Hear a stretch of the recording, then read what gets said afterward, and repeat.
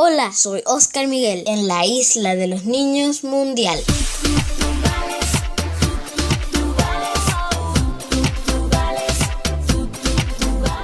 Muchas mujeres hicieron el bien, pero tú eres la mejor de todas. Proverbios 31:29. Cuenta una antigua leyenda que un niño estaba por nacer y le dijo a Dios: Me dicen que me van a enviar mañana a la tierra, pero ¿cómo viviré tan pequeño e indefenso que soy? Entre muchos ángeles, elegí uno para ti, que te está esperando. Él te cuidará. Pero dime, aquí en el cielo no hago más que cantar y sonreír. Eso basta para ser feliz. Tu ángel te cantará, te sonreirá todos los días y sentirás su amor y serás feliz. ¿Y cómo entenderé lo que la gente me diga si no conozco el extraño idioma que hablan los hombres? Tu ángel te dirá las palabras más dulces y tiernas que puedas escuchar.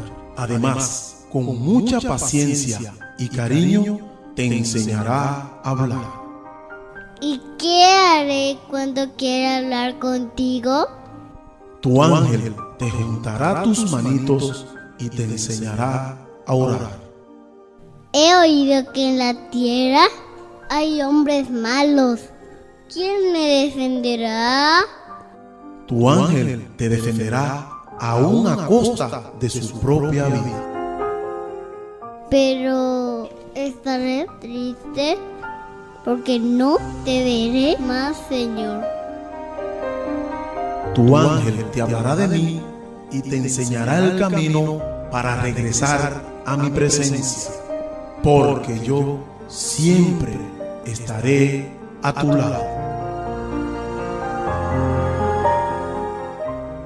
En ese instante, una gran paz reinaba en el cielo, pero ya se oían voces terrestres y el niño presuroso repetía suavemente: Dios mío, si ya me voy, dime el nombre.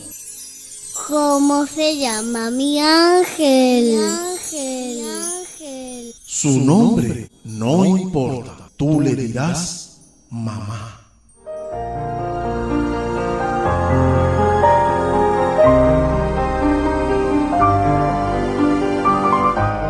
El ángel de Dios.